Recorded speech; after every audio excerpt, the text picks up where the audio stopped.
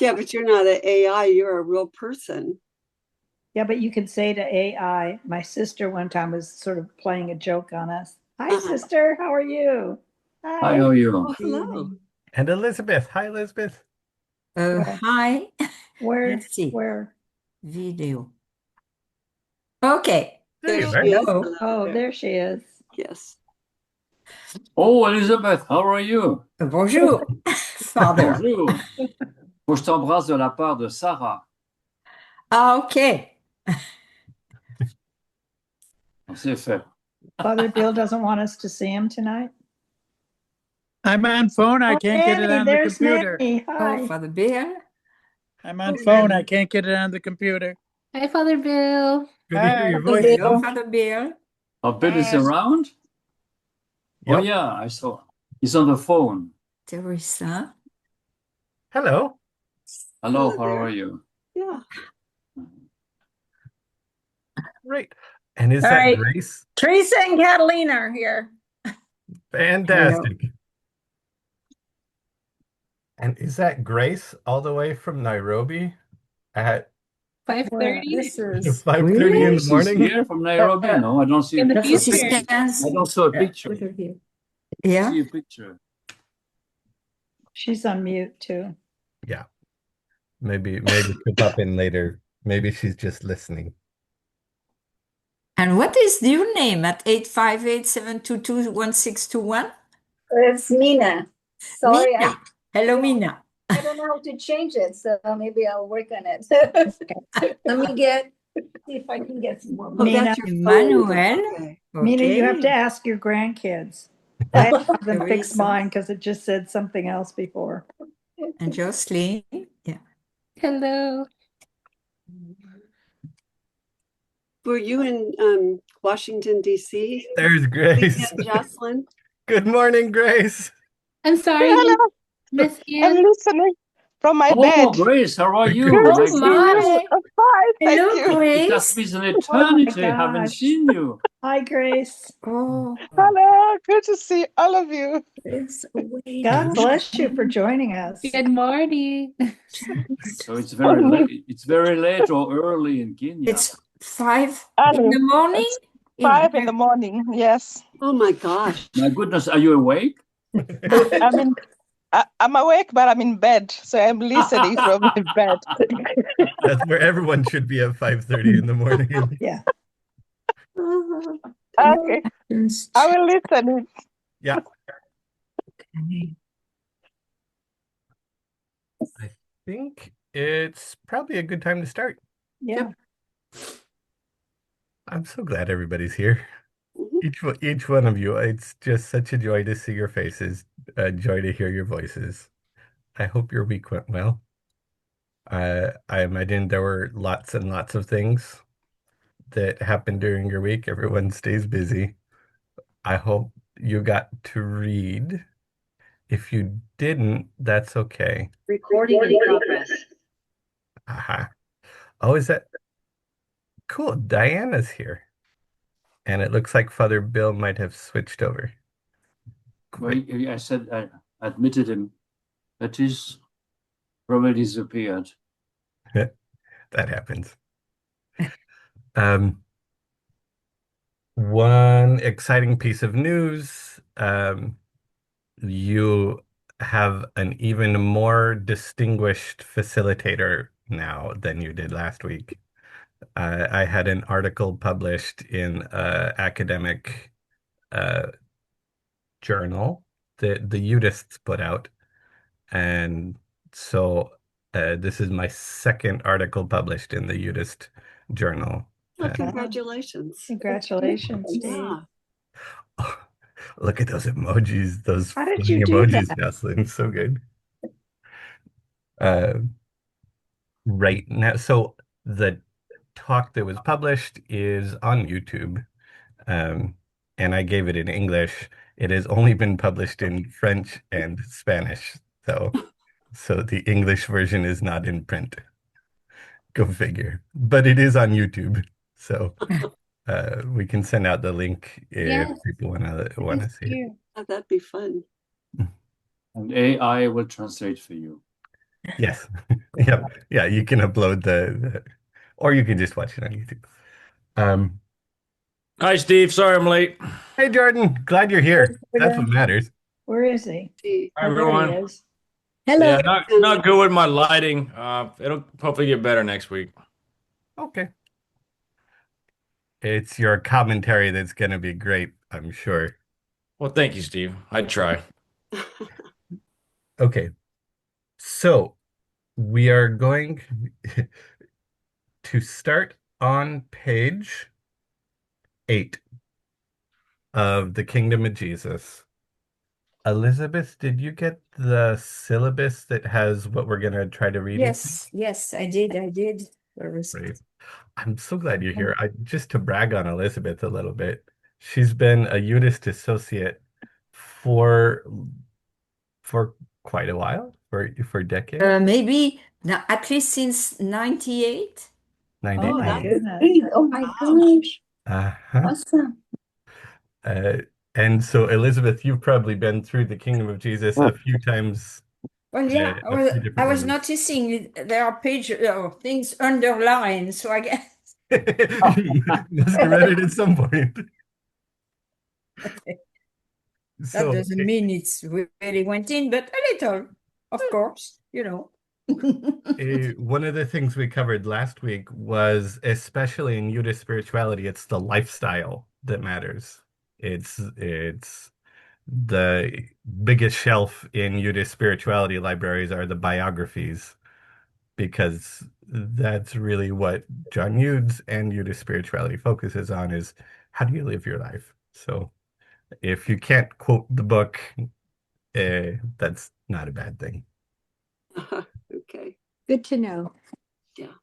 So if we open up to page 8, John Eudes, this opening sentence, just nice and gentle. He pulls his punches, right? Your only right to live on earth is Wow. to continue the holy and perfect life of your head, Christ. Nice gentle one right across the plate right off the bat, huh? Yep. Then he goes into the 4 foundations, kind of like the 4, he says, without these, it's not possible to be a true Christian. So it's kind of like the sine qua non, that without these, you may have a good life, but it's not a Christian life. Mhm. Um, and overall impressions about faith, is there anything that stood out um, that you guys want to highlight right away?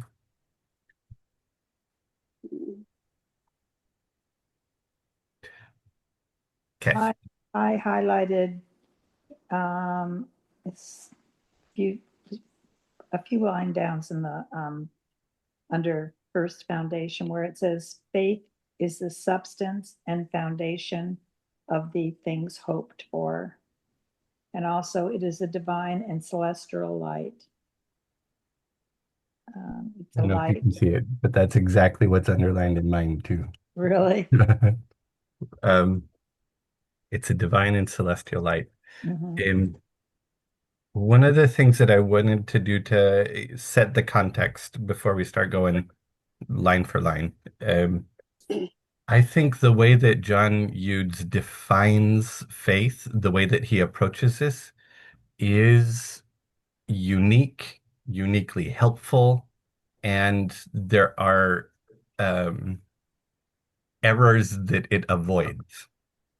So when we think about different ways that faith can be defined, like sometimes you could describe someone as a faithful Catholic because they attend the right number of liturgical services, or you can define them as a faithful Catholic because they know a list of doctrines and the way that Catholic doctrine differs from Protestant doctrine and all the reasons why.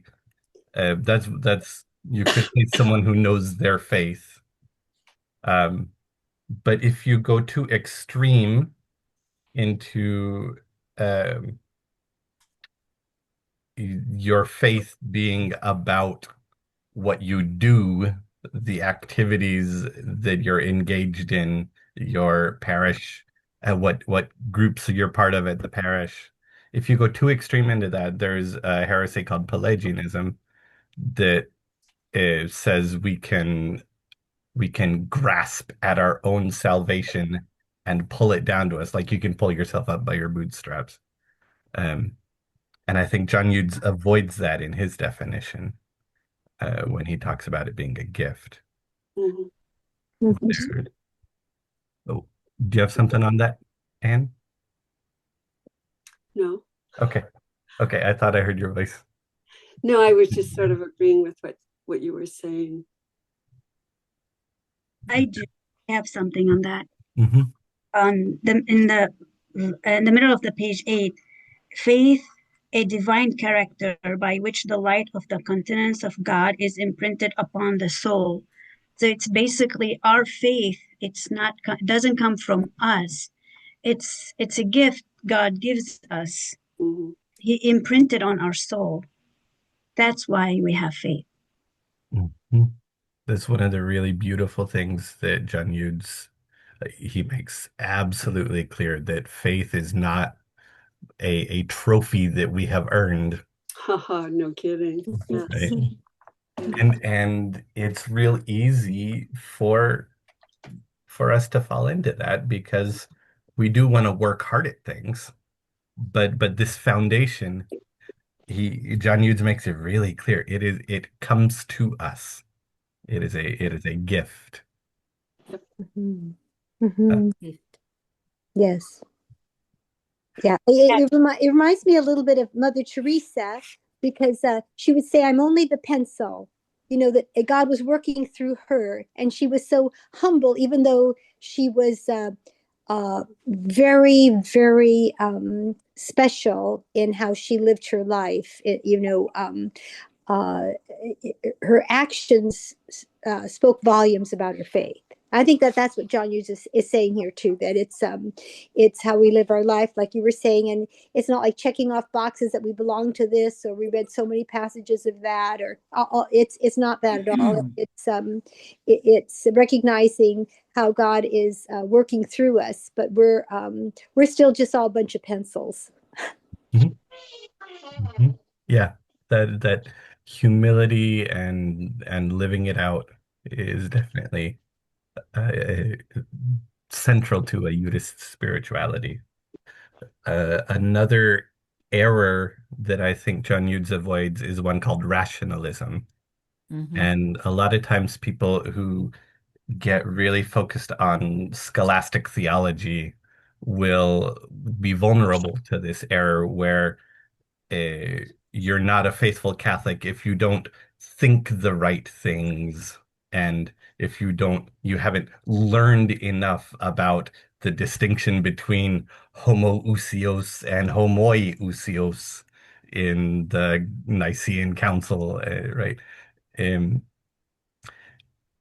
and there can be too close of an association between faith and knowledge, and that's an error called rationalism. Mm-hmm. And here in the book, uh, it talks in the middle of page 9. It says um, around the second sentence. Faith does not debase his supreme greatness, God's supreme greatness, to fit the capacity of your minds, as does science.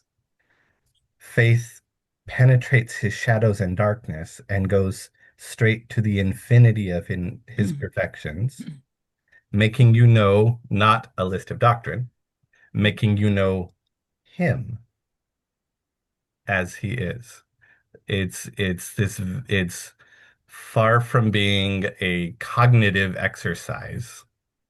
It is an exercise of person-to-person connection, right? It's or an experience rather of person-to-person connection.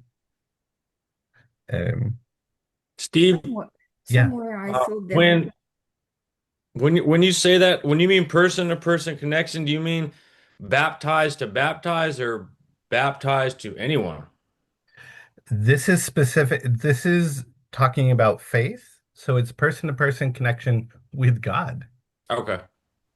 and and God in all his infinity and Right. everything that we can learn about him and everything that we can't learn about him.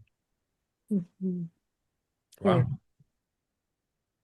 Uh, so I think John Eudes avoids the weaknesses of rationalism by making it very personalist, one might say.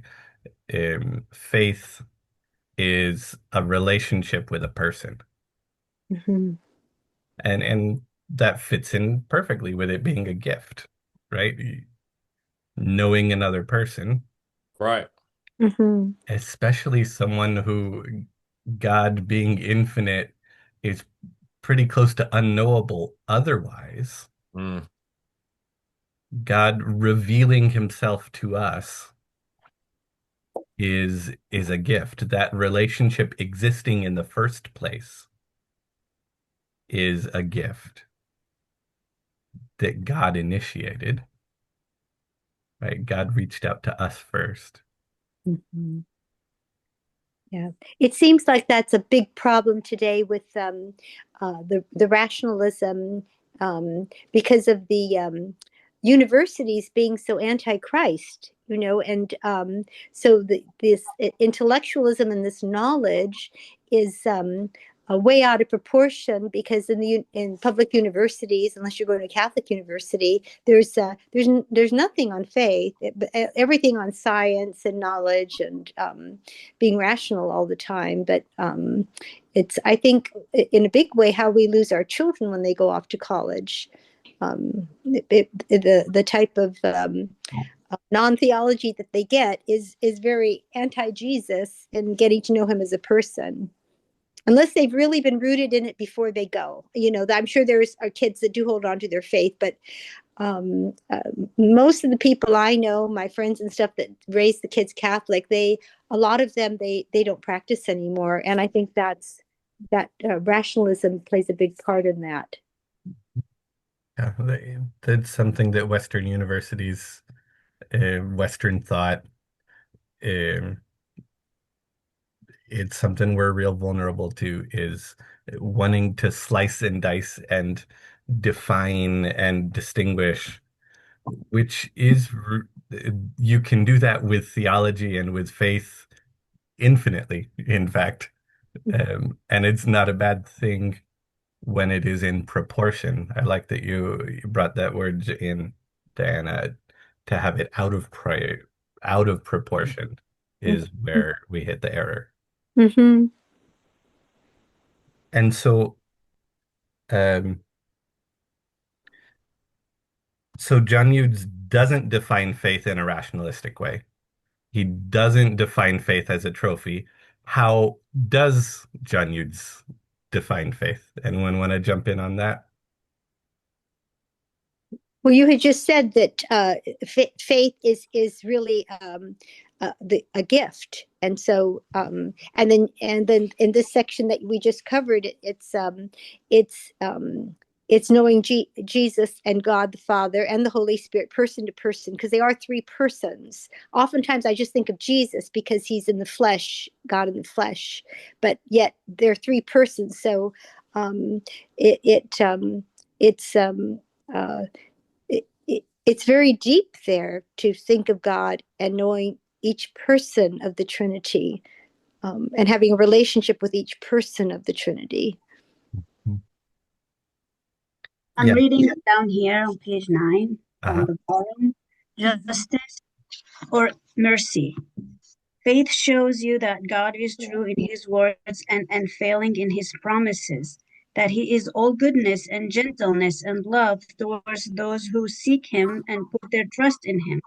but that he is nothing but terror, severity towards those who abandon him, and that it is frightful to fall into the hands of his justice. Like there's two sides that St. John Eudes is showing us. Mhm. And so, like taking that first side, just to know that there's someone who exists who is all good and all love and infinite and wants relationship with us, just to know that. Like, I like to reflect on the difference between someone who is ex-Christian and someone who is un-Christian. Like if you talk to someone who was raised with no knowledge that God exists, without being talked to about God, they have a very different mindset than someone who was Christian and then they left. Mhm. And like an unchristian person doesn't have a resentment that you often see in ex-Christian people. To a certain degree, those ex-Christian people still have that gift of faith. They know that God exists and they've given up on him. And that's different than someone who just never had the knowledge that there's someone out there who's supposed to be all good, all loving, all powerful. Um, so this just being in relationship, knowing that God is there, knowing the properties of God, that God is loving, that God is a person, eh, is a the first thing that John Eudes says after these on page 8 after the Bible verses. He says it's a divine and celestial light. I would say one of the key words in the way that John Eudes defines faith, it's light. Mhm. And let's see. Why can't I talk? You can. I can hear you.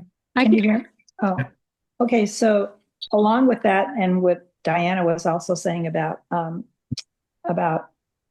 college students and what's being taught, on page 9, just maybe a quarter of the way down, it says, human intelligence and knowledge also deceive you because they are too full of the darkness, which is exactly, and Jesus is light. So, yeah, what we hear in the world today is so full of darkness. Mhm. Yep. And so knowing, I thought I had seen somewhere the word heart. We have to know God in our heart. If it's just in our mind, it helps maybe a little bit, but really it has to go in our heart. That's where we sense the love of God. Mhm. And I'm looking for the word. I thought I saw it somewhere, maybe the next pages, the word heart. Mhm. and definitely that relational aspect is on page 9, the second paragraph that starts with consequently. Mhm. If you contemplate God with the eyes of faith, you will see him just as he is, and in a certain matter, face to face. It's not God is a list of doctrines that we're trying to fit into our head. Mhm. It's a person in front of us who face to face, a heart to heart, who we should be in relationship with. So, Steve, when you mean Christians who have given up, do you mean given up on Christianity because God won't provide opportunities that science and other religions will offer, or given up because God isn't meeting their standards of living? Hmm. I like that question. I think there are as many reasons to be ex-Christian as there are ex-Christians out there. Okay. And everyone's got their own reason for doing it. But to I guess when I've talked to non-Christians, unchristians, I haven't heard that sense of like being hurt or betrayed or let down that you have in someone who was Christian and then left. And actually, when we get to detachment, which is the third foundation, I believe, It is. um, we'll talk about detachment from God, which very much means, I think, what is that last part of your question there of we can get these expectations in our mind for God, and then we can be hurt when our expectations are let down. But that's not the same as God letting us down because God never will. Steve, can I touch up on that? Yeah. What Jordan was saying. It was interesting because we live in a generation where this generation thrives on instant gratification, and God doesn't work that way. And when this generation, in prayer, if they don't receive what they want, it's not instant, then they think that God's not listening. And it may be something to where it's not good for them in the eyes of God. I think I was listening to something in regards to gang members who they would pray to Mary, our Blessed Mother Mary, and she wasn't protecting them. So they would, because she wasn't protecting them, they went to the other side. Mm-hmm. They were doing dealings with the other side because the other side would protect them. Sometimes I wonder if this has anything to do with what we're talking about, but I also think that there's people who are so broken, whatever, how they were grown up and that kind of thing, that they don't trust God because they've never had that kind of stable relationship, even with their parents. And so what do you do with that? I've had people say, well, I prayed to God and he didn't give it to me. Well, maybe they weren't supposed to have whatever they're looking for. There's so much there that I hear it is sad too. We want, even with our parents, we want them to be perfect and everything. And they're as broken as the rest of us are. They're doing the best they can, but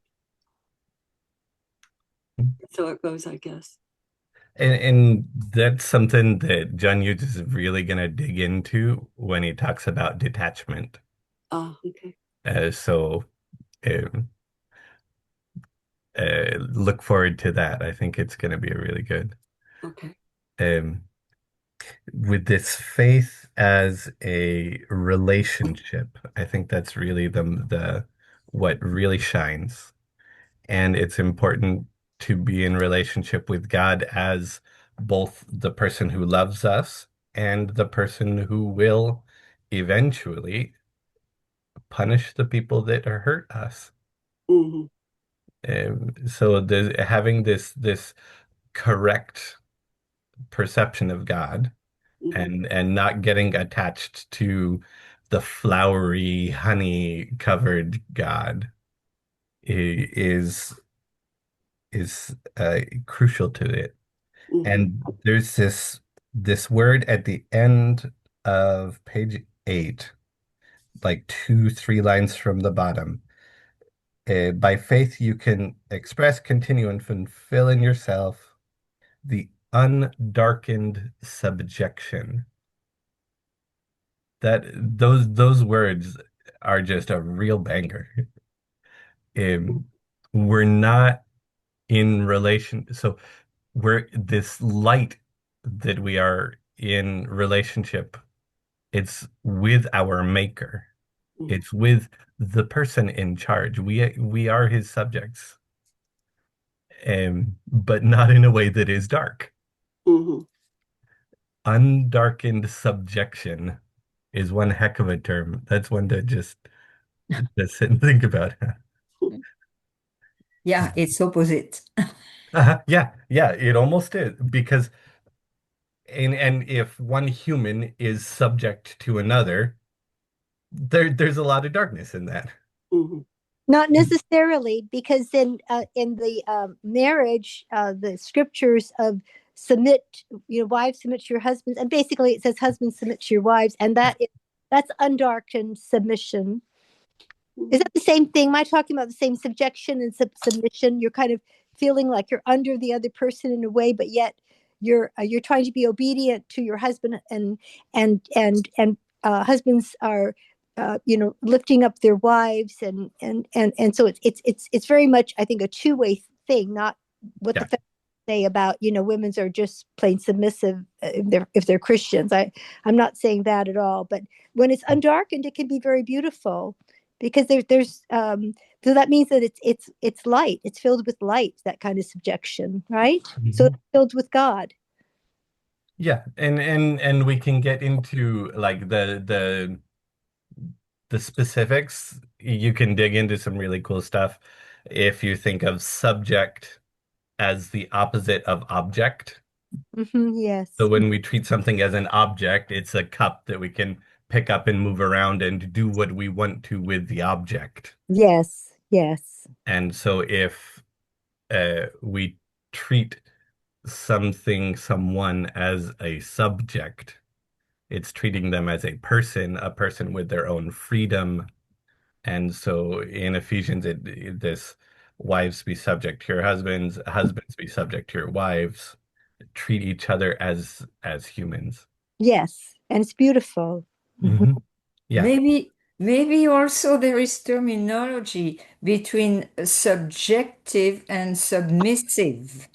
Hmm. Yes. It could be, but I think it's very similar. Don't you think so, Steve? In the understanding of this passage, because he does say in the beginning, submission by faith you can continue and fulfill in yourself the submission. So he mentioned submission in the beginning of that sentence also. So, but it sounds so similar to me when he said in subjection. Submission, yeah. Yeah. I think submission, you can get some good stuff out of it. I think it is more um, vulnerable to being misinterpreted. Mhm. Whereas if you go into subjection, um, if you want to dig into the word, it's less vulnerable to misinterpretation Mhm. than submission. Um, I wanted to make sure we are able to move through the material. Yeah. So I was thinking we should spend about 30 minutes on faith. Is there anything that you want to that we should still cover before moving on from faith? Mhm. Will we go into faith deeper later on? For Just a the question. for the most part, we're touching on it here. If Okay. you've spent time with the text, Mhm. that's even better than you're spending time listening to John Eudes talk about it. Okay. He'll bring up the same principles of Yeah. how a relational approach to God is absolutely central. I think this is the only spot where he talks about it under the heading of faith. But over and over again, we're going to see him saying we have to approach God in relationship, in undarkened subjection. Mhm. Mhm. Okay. Steve, Yeah. yeah, I just wanted to share something. I mean, in my old age, I've come to look at root words, especially when I'm doing reflection for the addicts or the alcoholics or even in prison. So when I looked up the cornerstone, that root word of the cornerstone, which I really liked when it said faith is the cornerstone, which you said at the very beginning of this talk, foundation of things hoped for, as the cornerstone. And looking it up, it kind of I see it as a vision. It's like the Middle English cornerstone combining via Old French, Father Gerard, and Latin cornu, which is a horn or an angle, and stone, which is the stain. And what it is it literalizes the crucial first stone set at the corner of a building to unite and level all the walls. And so I think when I visualize that in the crucial faith is the cornerstone, I can see the biblical significance that it's the chief cornerstone. It's the foundation cornerstone of everything that we hope for, as it's stated in the book, the cornerstone foundation for the things we hope for. I just wanted to share that image. So thank you. Thank you, That's sister. very beautiful. Mhm. Mhm. Yeah. Thank you, sister. Yes. So, summarizing, this faith, this cornerstone, the thing that everything is built on, is fundamentally a relationship. It's a light. It's seeing the world as a place created by a loving, just God who's in charge, and we are his subjects, and we are also his body. And that was the part right before this, so not to be forgotten, not to have out of context from this too. Um, undarkened subjection. So the second foundation of Christian life is hatred of sin. Here he is again, not pulling his punches. Uh, but I think it's really important the emphasis that John Eudes adds on this. It can be so in contrast, Saint Anselm was a doctor of the church that was a scholastic theologian, and when he talked about sin, the biggest emphasis that he placed was it offends justice, and something offensive to justice has to be set right. That was, like, to Anselm, the most important thing. And I don't think it's as useful as the emphasis that John Eudes places on how he defines sin. Um, so, uh, and he talks about, he uses a word at the bottom of page 12. Yeah. You will see that sin is cruel murder, a frightful act of deicide. And it's important that we think about that. Deicide, killing of God. Now, is John Eudes saying that, like when a human is killed, we keep God from being alive, like end God's existence? Hmm. It's not. That's not what John Eudes is saying here. Because God exists in a different way than a human does. If you kill a human, you stop their body from operating, and they don't live there anymore, and they don't exist. They don't live anymore. God, in order for this word to work, we need to understand it in the context of a God that lives everywhere.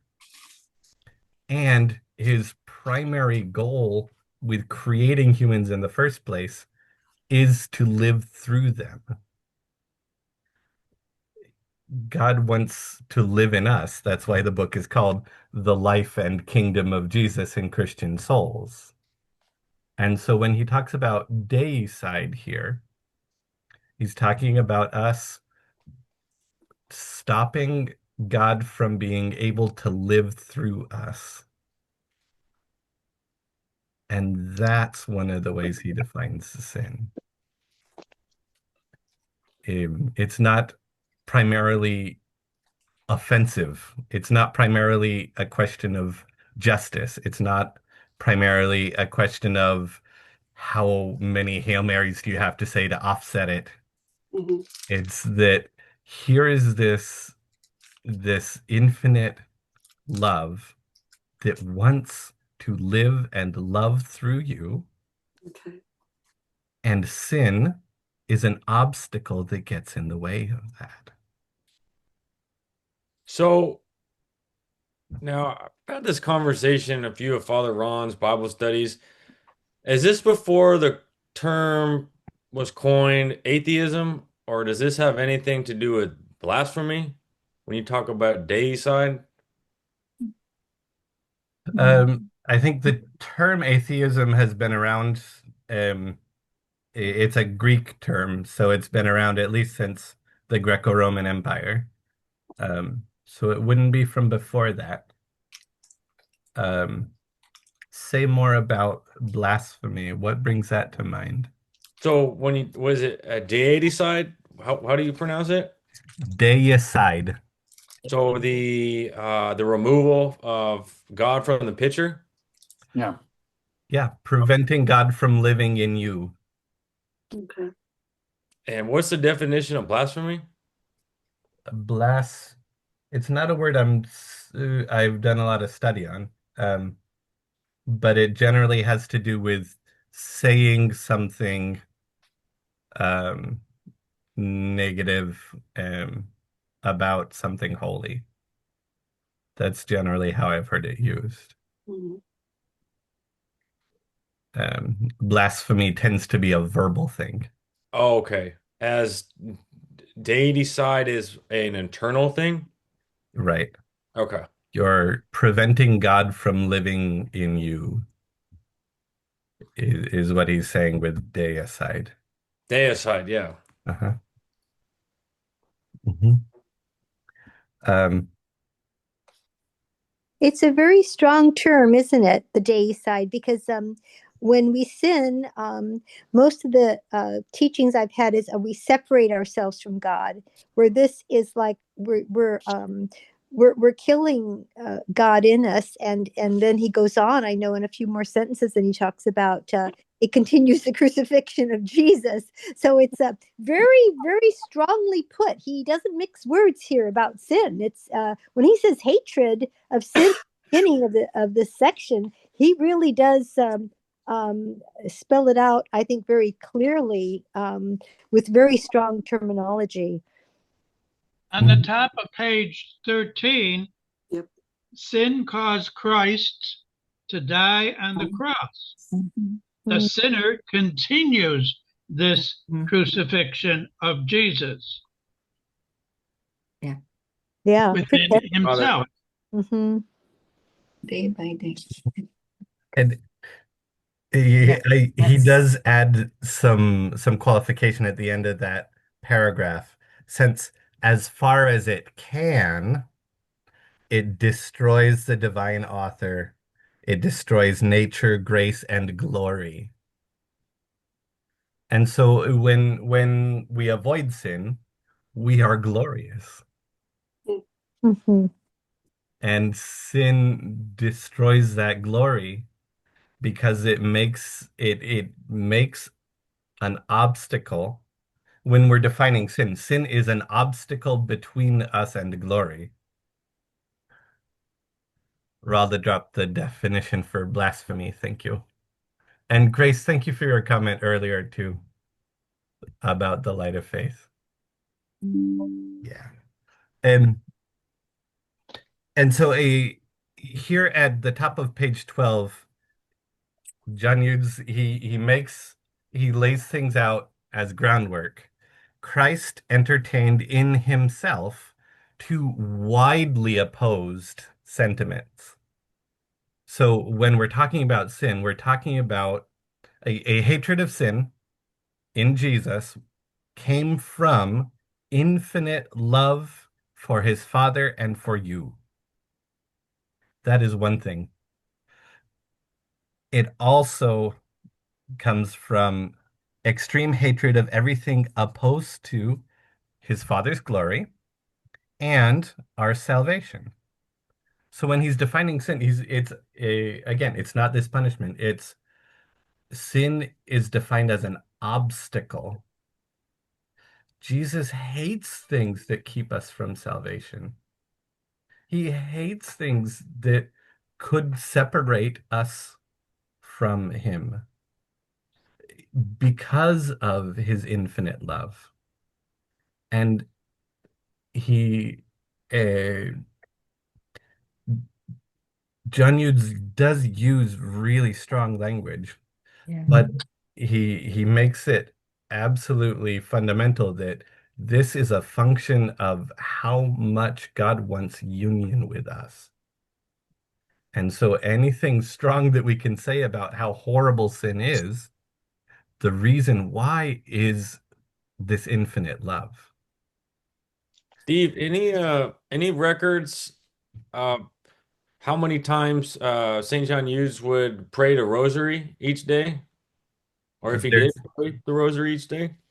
we have a whole section about the rosary that we're going to get into in February. And actually, Father Azam has agreed to join us for that week, and he'll talk about.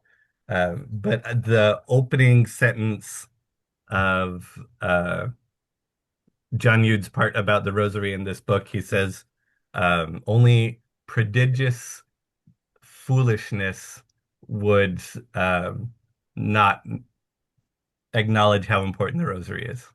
Wow. So that's something to look forward to as well. Awesome.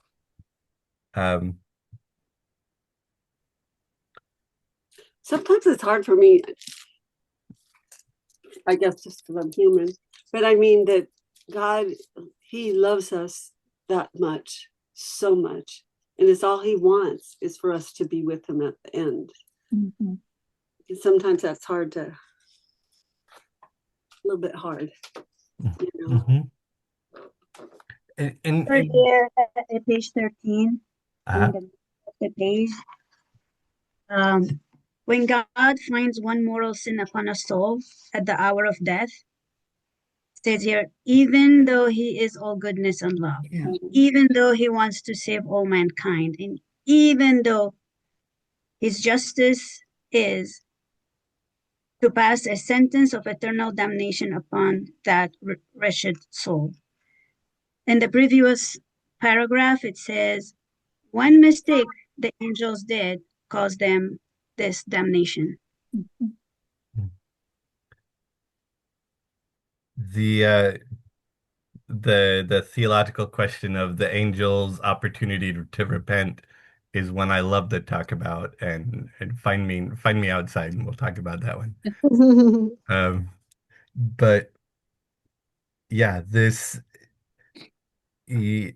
again, everything is still in relationship, and if you'll notice the source that John Eudes is quoting here is St. Thomas, the Summa Theologia.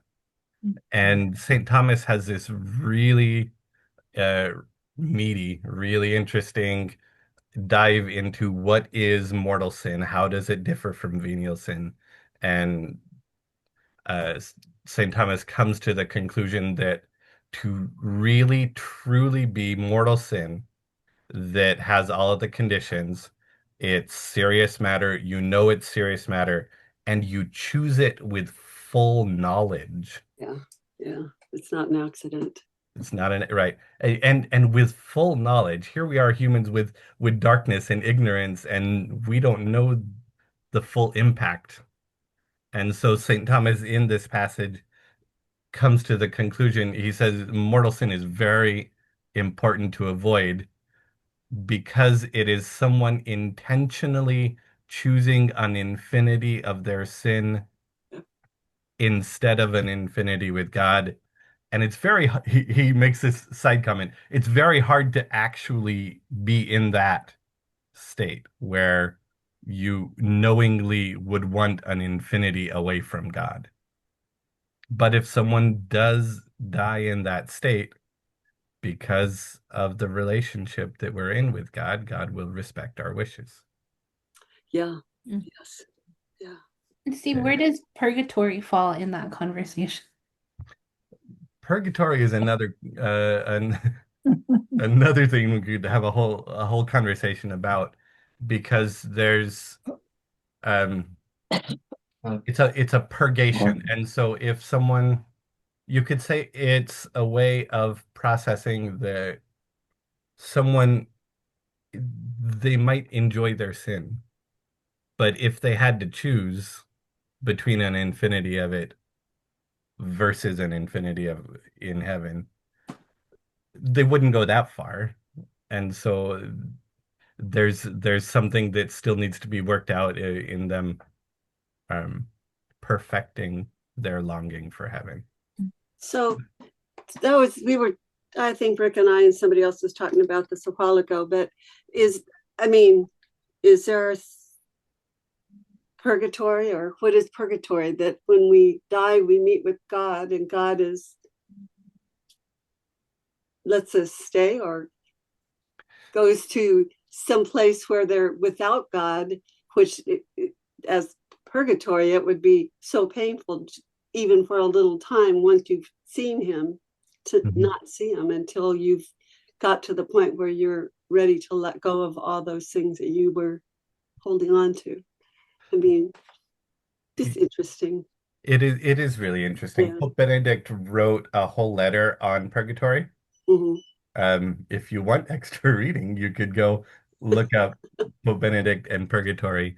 A thing that makes it even more complex is once we die, we're no longer functioning in the same relation to time.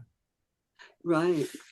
And a lot of the teaching about purgatory talks about your time spent in purgatory. But if you don't have the world turning, if you don't have seconds, minutes, hours, this is why it's a whole nother conversation. Yeah. But Okay. Yeah. Hey, Steve. Yeah. Father Ron said that during the Crusades, that those who fought in the Crusades they were told they would not be sent to purgatory regardless of the outcome. Mm-hmm.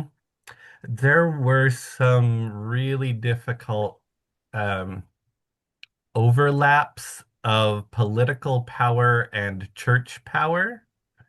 And some of the people that told the Crusaders that weren't necessarily, it didn't have the authority to grant something like that. But they thought they did because they were absolute monarchs or representatives of the absolute, or the marketing team of the absolute. So setting aside the question of purgatory, John Eudes, when he talks about sin, he uses really harsh language and an absolutely loving relational foundation for it. Halfway down page 13, just after the reference to St. Thomas, he says, yeah, Raw the Head read this, read up to this. Even though no, you did read through this, but I want to circle, even though he is all goodness and love for his creature, and he has an extreme desire to save all mankind. That when we talk about sin, we have to keep that in mind. The horror of sin is based on the extremity of love. And what makes sin is a separation. So close to the bottom of the page, there's a quote in Latin from the Vulgate from John. And the fact that John Eudes chooses diabolos as his word for the devil, he underscores this. And I want to break that open real quick. The Greek word diabolos means the one who tears apart. And so if John John Eudes is conceiving of sin as based on this extreme desire for union, that should be union between humans and God, and union between humans and other parts of God, humans and humans. The diabolical when in Greek you say diabolos, there's a movement that goes with it. It's this one. It's tearing apart. Hmm. It is the opposite of loving union. And so what makes sin is its diabolical nature. It's separativeness. And this is something that can become a vulnerability to error when when people get really into conversations about what is sinful. Um, they can sometimes talk about Christian doctrine in a diabolical way, Oh, wow. right? If you're talking about sin in a way that tears people apart from each other and introduces separation, that is a diabolical way to approach uh, the conversation in the first place. Wow. Uh,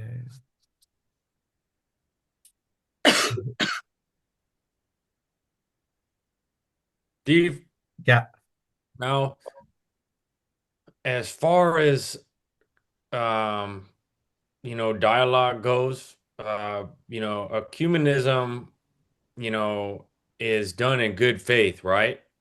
So hopefully. all the dialogue, right? So all the dialogue that the Catholic Church has, say, with the Lutheran Church or the Methodist Church, is all done in good faith, right? If it was done with any sort of, diabolical nature, like you just said, it would not be written down as ecumenism.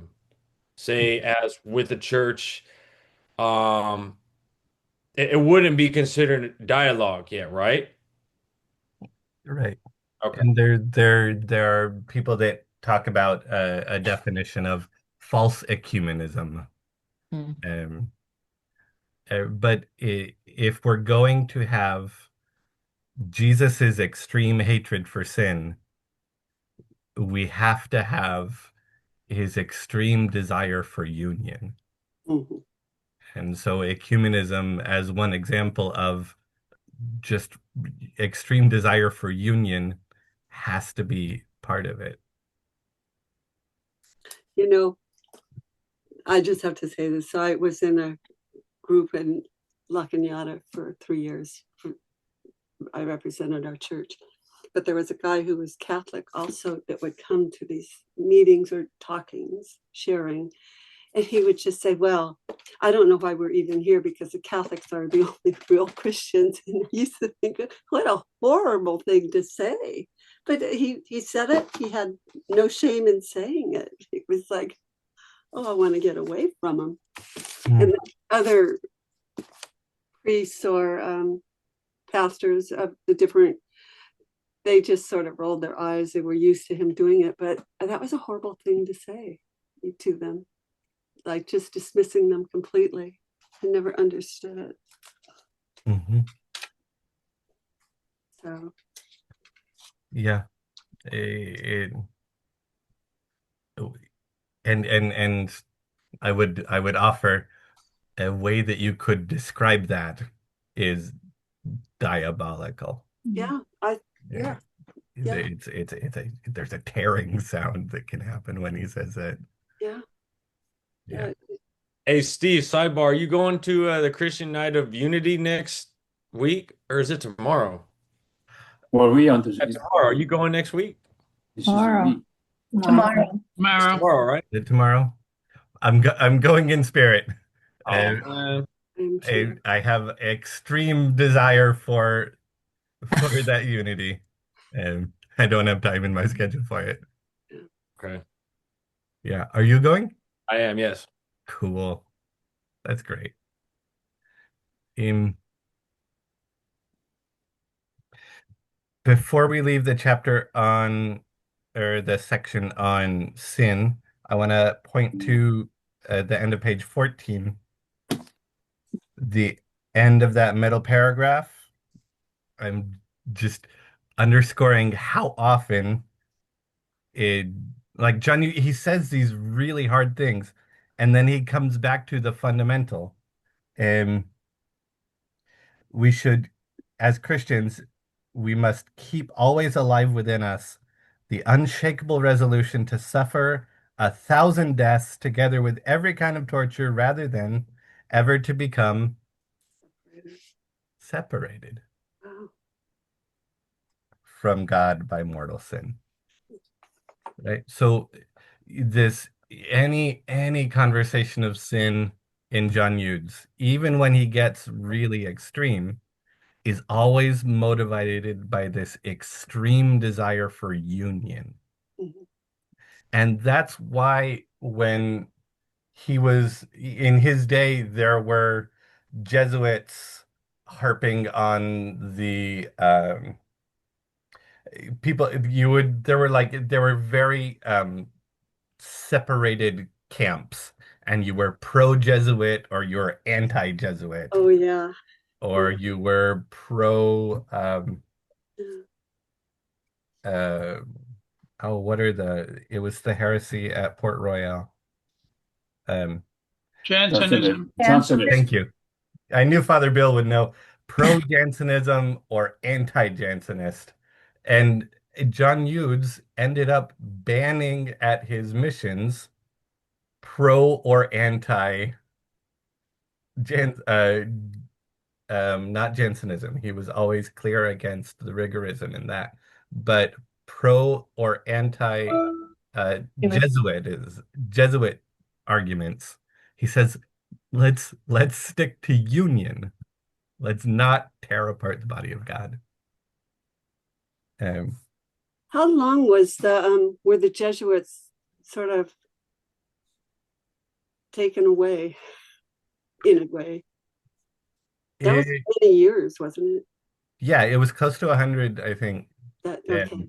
They were on the cutting edge of theology and cut a little bit too far. Yeah. Okay. Yeah. Mm-hmm. Thank you. So Steve, mm-hmm. I was looking forward really to see how the group will go through this part of the fundamentals of Christian life. So the vocabulary of St. John Eudes is very tough and very hard. There are a few things that comes back to me. And particularly when you see as a priest, people really shedding tears for having committed not a venial sin, but having committed a mortal sin.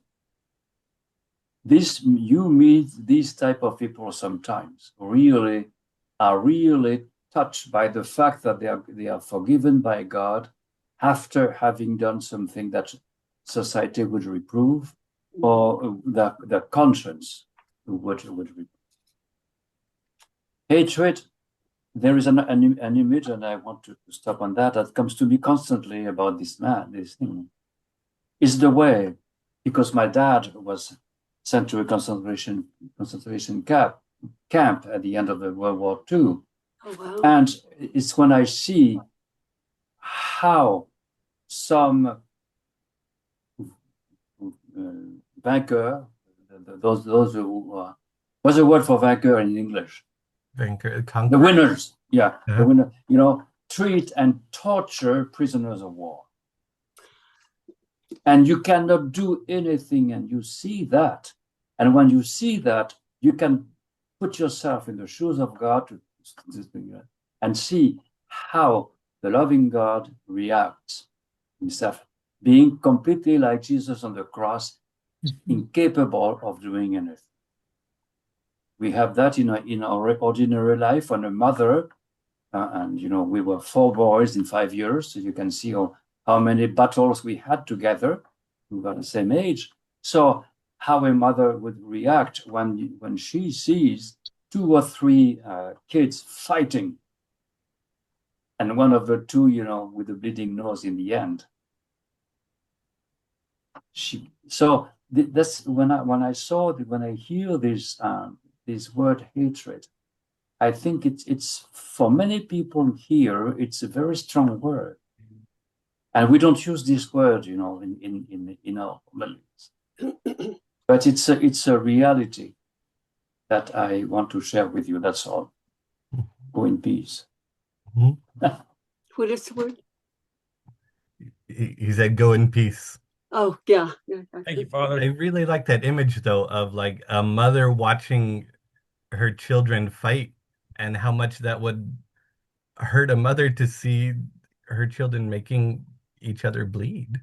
Yeah. And so this diabolical, this tearing, this us hurting each other, it hurts God because of how extremely he wants us to love each other. Yeah. That's part of it too.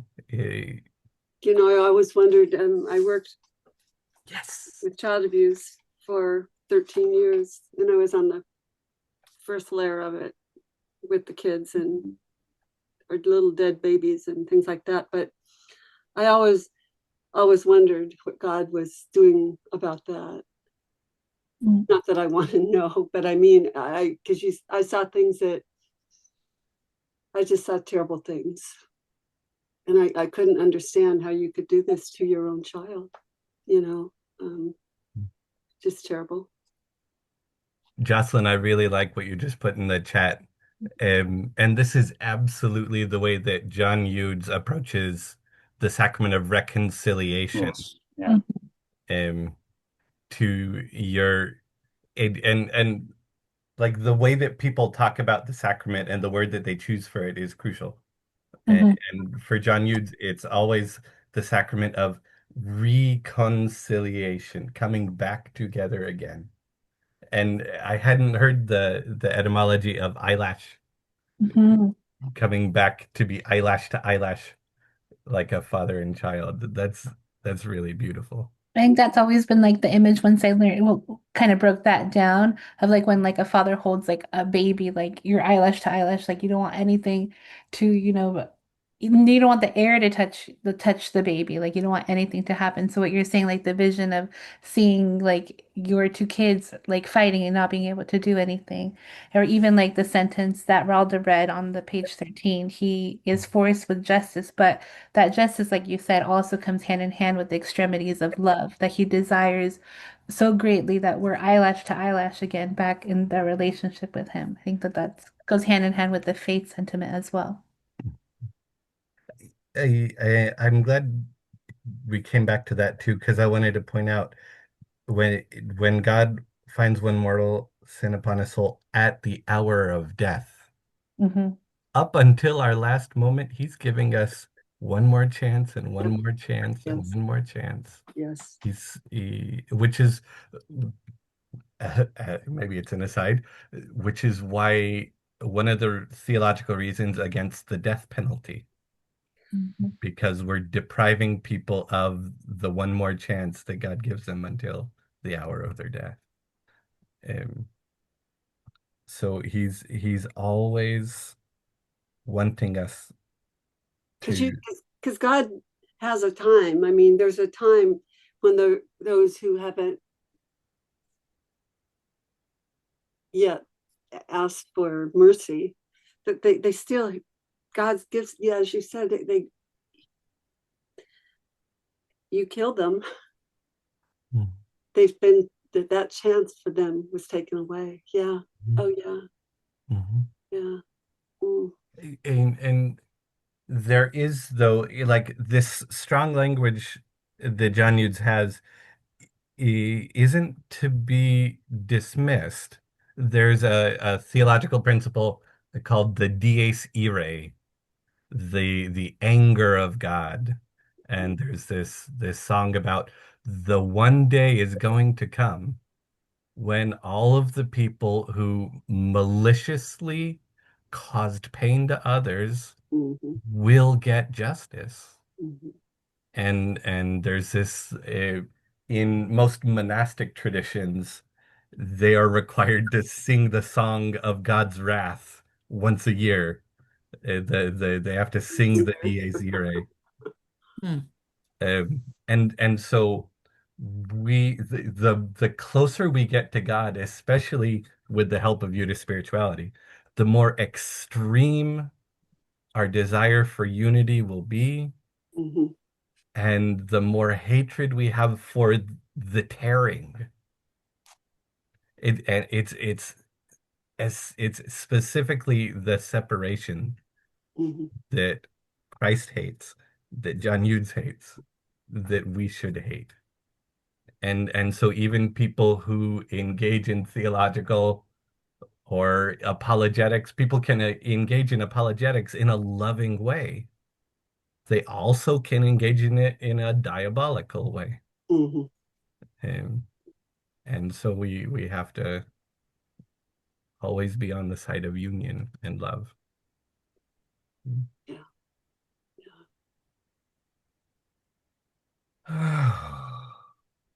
That was a lot.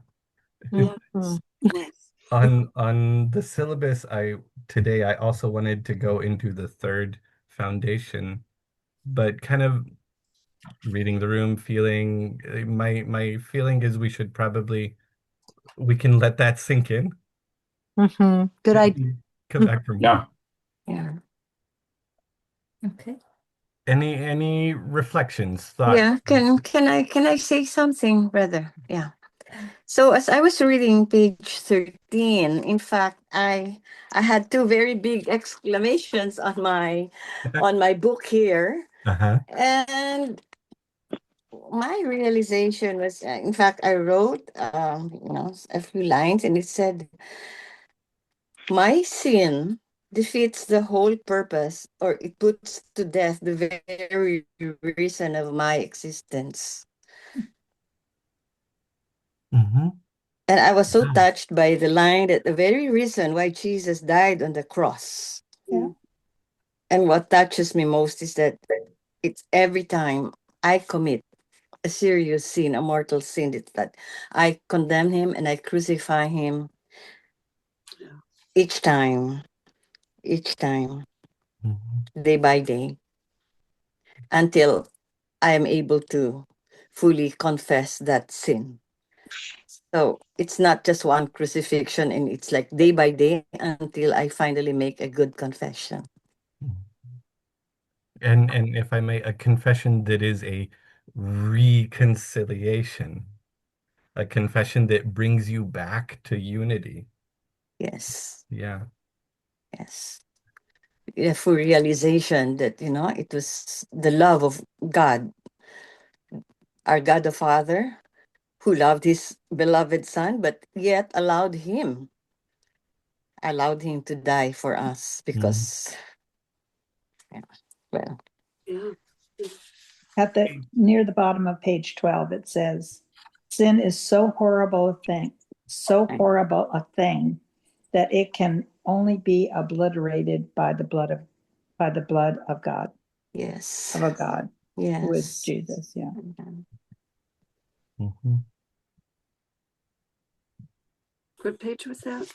It's near the 12. bottom of page Bottom 12. of 12. Oh, okay. Thank you. Mhm. And it brings to mind one of the final words of Jesus was a cry, my God, why have you You've abandoned me, forsaken it. forsaken me? It was a Yes. cry of the pain of separation. That was the sin that Jesus felt on the cross, was being separated from God, Oh, yeah. which is what we do when we sin against union. That's Mhm. Oof.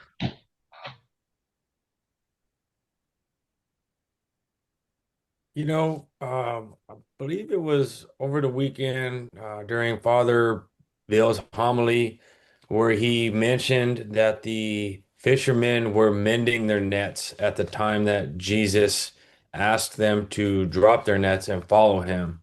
Mhm. And, I think about how tedious a task that might be in a world where we replace everything now. Repair is not common. Gosh, yeah. And, when Jesus first approached John the Baptist, and John the Baptist, and when he told John that it had to be done this way, um, I can't imagine, what it must have been like at that time for his disciples and his mother to witness him say those final words. Mhm. Yeah.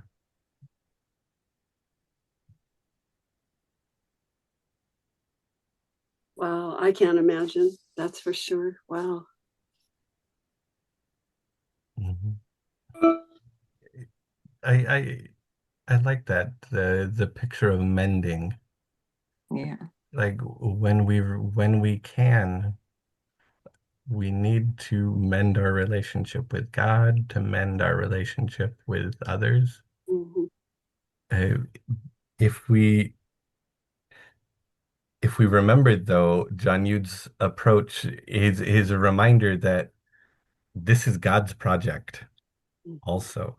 Mhm. And so just as hard as we might work on mending things with God, God's working even harder.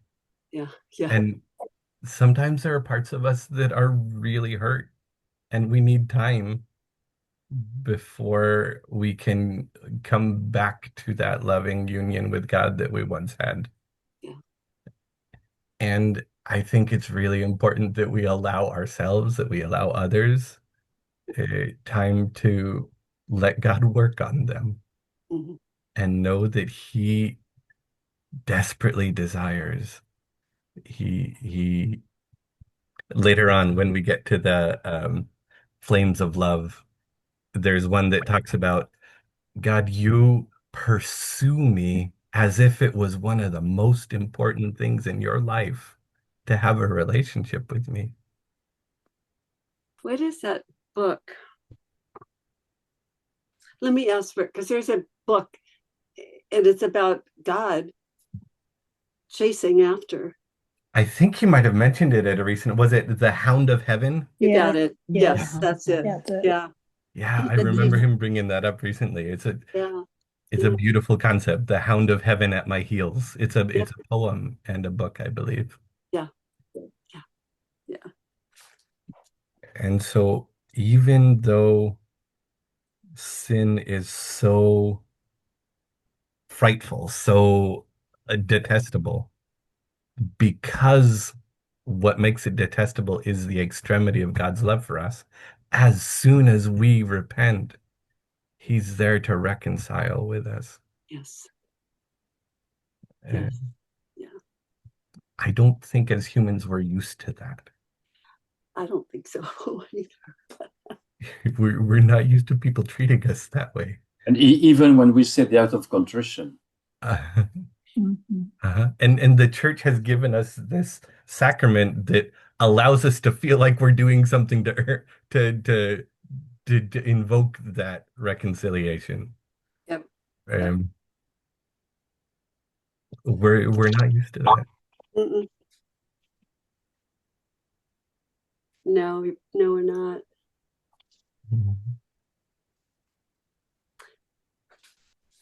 I always have these little other things that I worked with the guy for a couple of years, and he actually hated his brother, and he would talk. They were twins, Mm.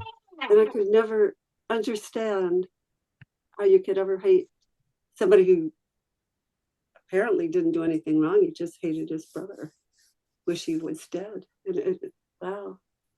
Mm. Mhm. I just want to mention that we are reaching the 90-minute. Mhm. I would love if we can take everybody cameras on and smile so we can take a picture to use it for social media. I really that. I can't see all group. I'm not sure if Steve can or Father Gerard can. I cannot see the whole group on my screen. I Yes. can too. I can take the screenshot. Mine. Okay, great. Okay, great. Thank you. So There's if you can turn on your camera, just Grace.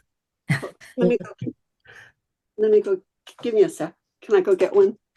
I can take one of you guys. Hold on. I can do this. While that's happening, a couple announcements. We've got a facilitated retreat in the works, March 16th. We're going to get together at Prince of Peace Abbey in Oceanside. Gosh, Grace, it'd be great if you could join, but in Yeah, spirit. right, Grace. Just hop on a plane and fly here. Right. Um, so we're going to be using a lot of material from the Kingdom of Jesus. Another thing, and that's when I want to make, we can get together and make our rosaries, our John Eudes rosaries Oh, yeah. with their 34 beads. Can't find my phone. I lose it all the time at home. Jocelyn's going to do it. She's going to Good, thank you. picture. Are you ready? Yeah. Grace, we'll wait for Grace to turn her camera back on. She was Yes. just How do you do that, Rhonda? How do you do that? Turn on the camera. Is it a big explanation? I'm trying to see where. Move here. Down at the bottom. So right down next at the to that bottom, you button, should have a video a video button. icon. Looks like a little camera. Move Kind of. over here a little bit, Rhonda. Have her move a little because she's being knocked away with a piece of something over her head. Can you guys see it? What? Ooh.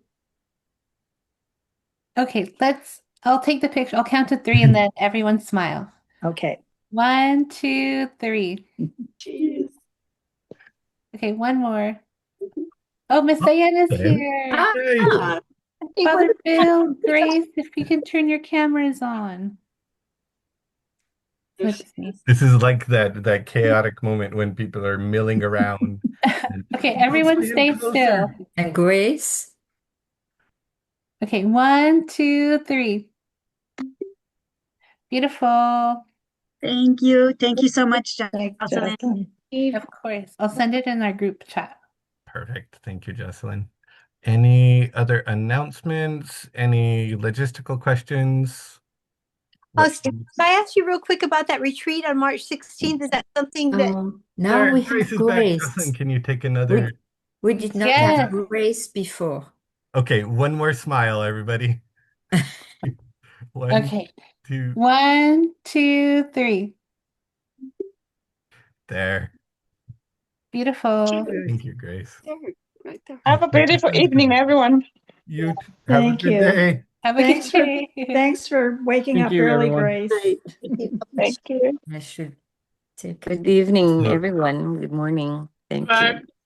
you. Diana, Bye. to your question, March 16th, we're going to gather, I believe 8:30 in the morning is check-in at Prince of Peace Abbey in Oceanside.